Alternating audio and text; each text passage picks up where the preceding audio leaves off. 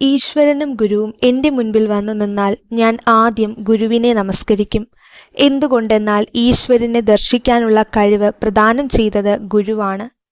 ഭക്തകവിയായ കബീർ ദാസിന്റെ ഈ വാക്കുകൾ ഗുരുവിന്റെ മഹത്വം എത്രമാത്രമാണെന്ന് നമുക്ക് വ്യക്തമാക്കി തരുന്നു. എല്ലാ മാനുഷിക ബന്ധങ്ങളിലും വെച്ച് ഏറ്റവും ശ്രേഷ്ഠവും പവിത്രവുമായ ബന്ധമാണ് ഗുരുശിഷ്യ ബന്ധം. ഭാരതത്തിൽ ആധ്യാത്മികമായ ഒരു മാനമാണ് ഗുരു-ശിഷ്യ ബന്ധത്തിന് കൽപ്പിച്ചിട്ടുള്ളത്. ഗുരുവചനത്തെ ദൈവവചനമായി സ്വീകരിച്ചിരുന്ന ശിഷ്യന്മാരുടെ നാടാണ് ഭാരതം. ശിഷ്യന്മാർ തന്നേക്കാൾ ശ്രേഷ്ഠരും ഉന്നതരുമായി തീരണമെന്നാണ് ഓരോ യഥാർത്ഥ ഗുരുവും ആത്മാർത്ഥമായി ആഗ്രഹിക്കുന്നത്. ഗുരുവിന്റെ അനുഗ്രഹമാണ് ഒരു വ്യക്തിയുടെ ജീവിതത്തിലുണ്ടാകുന്ന സമസ്ത വിജയങ്ങൾക്കും അടിസ്ഥാനം. എത്ര കാലങ്ങൾ പിന്നിട്ടാലും ഓരോ വ്യക്തിയുടെ മനസ്സിലും മായാതെ മറയാതെ നിറഞ്ഞു നിൽക്കുന്ന ചില ശ്രേഷ്ഠ ഗുരുക്കന്മാരുണ്ടാകും എന്ന കാര്യത്തിൽ സംശയമില്ല. ആ സ്മരണകളും അവരിൽ നിന്ന് ലഭിച്ച അനുഗ്രഹങ്ങളും എന്നും നമുക്ക് വഴികാട്ടിയായിരിക്കും. ഗുരു എന്നീ രണ്ടക്ഷരങ്ങളിൽ നിന്നുമാണ് ഗുരു എന്ന സംസ്കൃത പദത്തിന്റെ ഉത്ഭവം. ഗു എന്നാൽ അന്ധകാരം എന്നും രു എന്നാൽ ഇല്ലാതാക്കുന്നവൻ എന്നുമാണ്. ഗുരു എന്നാൽ അന്ധകാരത്തെ ഇല്ലാതാക്കുന്നവൻ എന്നർത്ഥം.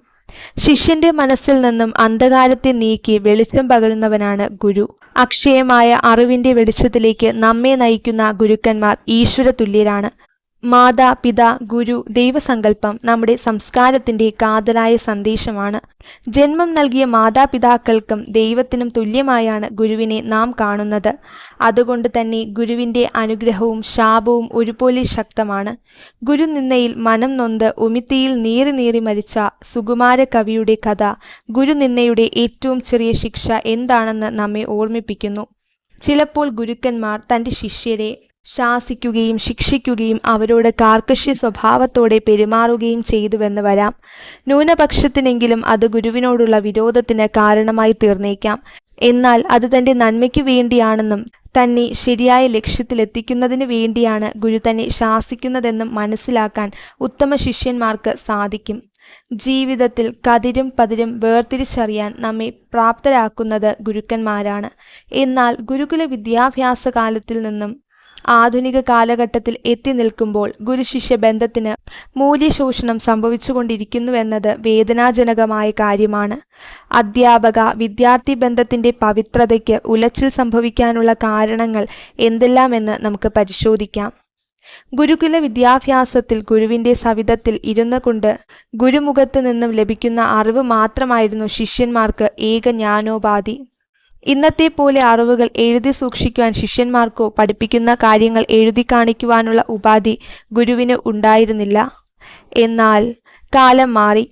ഇന്ന് അധ്യാപകർ പഠിപ്പിക്കുന്നതെന്തും പുസ്തകത്തിൽ നിന്ന് കുട്ടികൾക്ക് ലഭ്യമാണ്. മാത്രമല്ല, ശാസ്ത്രം പുരോഗമിച്ചതോടുകൂടി വിജ്ഞാനം ഇന്ന് വിരൽത്തുമ്പിൽ ലഭിക്കുമെന്നായി. ഇന്റർനെറ്റിൽ പരതിയാൽ ലഭിക്കാത്ത അറിവുകളൊന്നുമില്ലെന്നായപ്പോൾ അധ്യാപകൻ ഇന്ന് പഠനത്തിന് ഒരു ആവശ്യ വ്യക്തിയല്ലെന്നായി. ഗുരുകുല കാലഘട്ടത്തിൽ ഗുരുക്കന്മാർ അറിവിന്റെ നിറകുടങ്ങളായിരുന്നു. അറിവിന്റെ വിശാലമായ ലോകത്തിലേക്ക് ശിഷ്യന്മാരെ നയിക്കുന്നവരായിരുന്നു അവർ. ഇന്നത്തെ പോലെ പ്രത്യേക പാഠ്യപദ്ധതികളോ നിശ്ചിത ഭാഗങ്ങൾ മാത്രം പഠിച്ചാൽ മതിയെന്ന നിഷ്കർഷയോ അന്നുണ്ടായിരുന്നില്ല. അതുകൊണ്ട് അന്ന് ഓരോ വിഷയത്തെപ്പറ്റിയും വിശാലമായ അറിവ് കുട്ടികൾക്ക് ലഭിച്ചിരുന്നു. ഇന്നാകട്ടെ പാഠപുസ്തകത്തിലെ വരികളുടെ അർത്ഥം മാത്രം വിശദീകരിച്ച് നൽകുവാൻ തയ്യാറാവുന്ന ന്യൂനപക്ഷം അധ്യാപകരെങ്കിലും കുട്ടികളുടെ മുൻപിൽ ഒരു അപ്രധാന വ്യക്തിയായി മാറുന്നു. ഇന്നത്തെ വിദ്യാർത്ഥികൾ പുസ്തകങ്ങൾ മാത്രം ഒതുങ്ങിക്കൂടി കഴിയുന്നവരല്ല. ടെലിവിഷൻ, കമ്പ്യൂട്ടർ, മൊബൈൽ ഫോണുകൾ, പത്രപാരായണം തുടങ്ങി പല നവീന മാധ്യമങ്ങളിലൂടെയും ലോകപരിജ്ഞാനം നേടിയവരാണ് ഇന്നത്തെ പുതുതലമുറ. അങ്ങനെയുള്ള വിദ്യാർത്ഥി സമൂഹത്തെ പഠിപ്പിക്കുവാൻ തയ്യാറാവുന്ന അധ്യാപകരും വിഷയത്തെപ്പറ്റി അവഗാഹമായ പാണ്ഡിത്യമുള്ളവരായിരിക്കണം. ശരിയായ രീതിയിൽ പാഠഭാഗങ്ങൾ പഠിപ്പിക്കുവാനുള്ള തയ്യാറെടുപ്പ് ആവശ്യമാണ്. കുട്ടികളുടെ സംശയങ്ങൾക്ക് ശരിയായ നിവാരണം നൽകുവാൻ അധ്യാപകർക്ക് കഴിയാതെ വരുമ്പോൾ കുട്ടികളുടെ മനസ്സിലെ ഗുരുസങ്കല്പത്തിന് പോറലേൽക്കുന്നു. സേവന തൽപരരായ ഗുരുക്കന്മാർ സാമ്പത്തിക നേട്ടത്തിനപ്പുറം വിദ്യ പകർന്നു നൽകുന്നത് പവിത്രമായി കരുതിയിരുന്ന ഒരു കാലമുണ്ട്.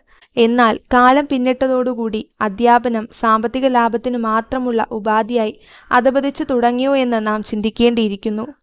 കാലാകാലങ്ങളിൽ ശമ്പള വർധനവിനു വേണ്ടി വിദ്യാർത്ഥികളുടെ കൺമുൻപിൽ കൊടിപിടിക്കുകയും സമരം നടത്തുകയും ചെയ്യുന്ന അധ്യാപകർ അവർക്ക് പകർന്നു നൽകിയ ഗുരുസങ്കല്പം എന്താണെന്ന് ആഴത്തിൽ ചിന്തിക്കേണ്ടിയിരിക്കുന്നു. കുട്ടികളോടുള്ള സ്നേഹവും തൊഴിലിനോടുള്ള ആത്മാർത്ഥതയും ഒന്നിക്കുമ്പോഴാണ് ഒരുവൻ പരിപൂർണ അധ്യാപകനാവുന്നത്. ടോൾസ്റ്റോയുടെ ഈ വാക്കുകൾ വർത്തമാനകാലത്തിൽ വളരെയധികം ചിന്തനീയമാണ്. അഭ്യസ്തവിദ്യരുടെ തൊഴിലില്ലായ്മ ഇന്ന് രാജ്യം നേരിടുന്ന ഏറ്റവും രൂക്ഷമായ പ്രശ്നങ്ങളിൽ ഒന്നാണ്. ഈ അവസരത്തിൽ ഇഷ്ടപ്പെട്ട തൊഴിൽ ലഭിക്കാതെ കിട്ടിയ തൊഴിൽ സ്വീകരിക്കേണ്ടതായി വന്ന ധാരാളം ആളുകളും ഇന്ന് അധ്യാപന വൃത്തിയിൽ കടന്നുകൂടിയിട്ടുണ്ടെന്നുള്ളത് യാഥാർത്ഥ്യമാണ്. അധ്യാപനത്തോട് താല്പര്യമില്ലാത്തവർ ഈ മേഖലയിലേക്ക് കടന്നു വരുവാനിടയായാൽ ഒരിക്കലും ആ തൊഴിലിനോട് നീതി പുലർത്തുവാൻ അവർക്ക് സാധിക്കുകയില്ല. അധ്യാപനം ഏറ്റവും പവിത്രമായ ഒരു കർമ്മമാണ്. നാളത്തെ ഭാവി പൗരന്മാരെ ശരിയായ ദിശാബോധം നൽകി വാർത്തെടുക്കുക എന്ന വലിയ ഒരു ഉത്തരവാദിത്വമാണ് അധ്യാപകർക്കുള്ളത്. അത് ശരിയായി നിർവഹിക്കാൻ കഴിയാത്തവർ ഈ രംഗത്തേക്ക് കടന്നുവരുന്നത് വിദ്യാഭ്യാസ രംഗത്തെ തകർച്ചയ്ക്ക് കാരണമായി തീരുന്നു.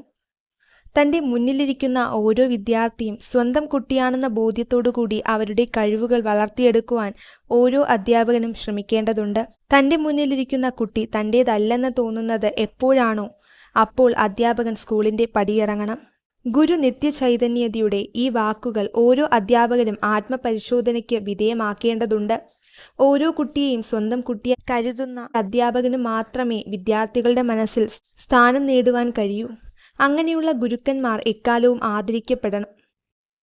ശിഷ്യന്മാരുടെ നന്മയെ ലക്ഷ്യമാക്കി മാത്രമേ ഗുരുക്കന്മാർ അവരെ ശാസിക്കുകയും ശിക്ഷിക്കുകയും ചെയ്യാറുള്ളൂ. ഈ യാഥാർത്ഥ്യം ശരിക്കും മനസ്സിലാക്കിയിരുന്നവരാണ് പണ്ടുകാലത്തെ കുട്ടികളും അവരുടെ രക്ഷിതാക്കളും. തൻ്റെ കുട്ടിയെ എന്തിനു ശാസിച്ചുവെന്ന് ഒരിക്കൽ പോലും ഒരു രക്ഷിതാവും അന്ന് ഗുരുക്കന്മാരോട് ചോദിച്ചിരുന്നില്ല. എന്നാൽ കാലം മാറിയതോടെ ആ മനോഭാവത്തിന് മാറ്റമുണ്ടായി തുടങ്ങി. ഇന്ന് ഒരു അധ്യാപകൻ കുട്ടിയെ ശാസിച്ചാൽ പോലും അതിനെ ചോദ്യം ചെയ്യുവാനും സ്വന്തം കുട്ടിയുടെ മുന്നിൽ വെച്ച് തന്നെ അധ്യാപകനോട് മോശമായി പെരുമാറുവാനും തയ്യാറാവുന്ന ചില രക്ഷിതാക്കളുണ്ട്. അത്തരം മാതാപിതാക്കളുടെ മക്കളിൽ ഗുരുക്കന്മാരോടുള്ള ബഹുമാനം കുറഞ്ഞു പോകുന്നതിന് ആരെയാണ് കുറ്റപ്പെടുത്തേണ്ടത്? അധ്യാപകർ വിദ്യാർത്ഥികളിൽ നിന്ന് ക്രൂരമായ മർദ്ദനങ്ങൾക്കിരയാവുന്ന ഒറ്റപ്പെട്ട സംഭവങ്ങളും നമ്മുടെ രാജ്യത്തിൻ്റെ പല ഭാഗങ്ങളിൽ നിന്നും റിപ്പോർട്ട് ചെയ്യപ്പെട്ടിട്ടുണ്ട്. ഒരു കാലത്ത് ഭാരതത്തിൽ പവിത്രമായി കരുതിയിരുന്ന ഗുരുശിഷ്യ ബന്ധം ഇന്ന് ശിഥിലമായി പോകുന്നുവെങ്കിൽ അതിന് ഗുരുവും ശിഷ്യനും ഒരുപോലെ ഉത്തരവാദികളാണ്.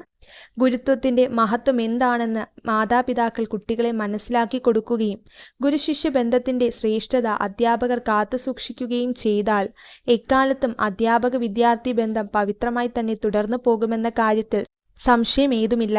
അതിനിടയാവട്ടെ എന്ന് നമുക്ക് ആശിക്കാം.